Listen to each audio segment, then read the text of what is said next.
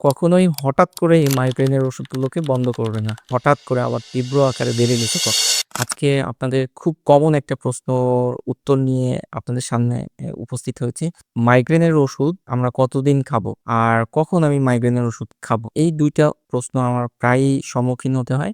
তো আজকে আমরা সহজভাবে এটা বোঝানোর চেষ্টা করব। ১ নাম্বার হচ্ছে যে আমি কখন মাইগ্রেনের ওষুধ খাবো? মাইগ্রেনের ওষুধ খাওয়ার জন্য একটা দিক নির্দেশনা দেয়া আছে যে একটা মাইগ্রেনের পেশেন্টের যদি একটা মাসে ৫ দিনের অধিক আপনার মাথা ব্যাথা হয়, তাহলেই আপনি মাইগ্রেনের ট্রিটমেন্টটা শুরু করবেন। তো মাইগ্রেনের ট্রিটমেন্ট শুরু করলেন, তো ডাক্তার আপনাকে কিছু ঔষধ দিল। এই ওষুধগুলো আপনি কতদিন খাবেন? দেখা যাচ্ছে যে আমাদের বেশিরভাগ রোগী আপনার হচ্ছে যে ওষুধ খাওয়ার পরে ভালো বোধ করলেই ১ মাস পরেই ওষুধ বন্ধ করে দেয়। তো এরপরে যেটা হয় যে যখন ওষুধটা বন্ধ করেন তার কিছুদিন পরেই দেখা যাচ্ছে যে একটা তীব্র মাথা ব্যাথার একটা এপিসোড নিয়ে আমাদের কাছে আবার আসেন। এইজন্য এই যে ভালো না হয়ে ফেরত আসা, এটা কমানোর জন্য আমি চাই যে আপনারা সবাই জানুন যে আপনারা কতদিন এই ওষুধগুলো খাবেন। একবার মাইগ্রেনের ট্রিটমেন্টটা শুরু হলে আপনি মিনিমাম হলেও ৬ মাস ওষুধগুলো কন্টিনিউ করার চেষ্টা করবেন।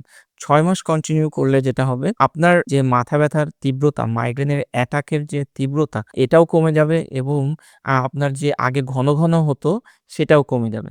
তো আপনি যেটা করবেন এই ট্রিটমেন্ট চলাকালীন আপনি একটা হেডেক ক্যালেন্ডার বা একটা দেয়ালে যে ক্যালেন্ডারগুলো থাকে, এগুলোতেই আপনি একটু মাসে কতদিন ব্যথা হচ্ছে, এগুলো একটু চিকিৎসা চলাকালীন সময়ে একটু রেকর্ড রাখার চেষ্টা করবেন। যদি দেখেন যে আপনার মাসে ৫ দিনের কম এপিসোড হচ্ছে এবং মাসে ব্যথাটার তীব্রতা কমে আসছে, তারপরে আপনি ৬ মাস পরে ওষুধের কোর্সটা কমপ্লিট হলে ডাক্তারের পরামর্শ অনুযায়ী কিন্তু আপনি ওষুধগুলোকে আস্তে, আস্তে বন্ধ করবেন।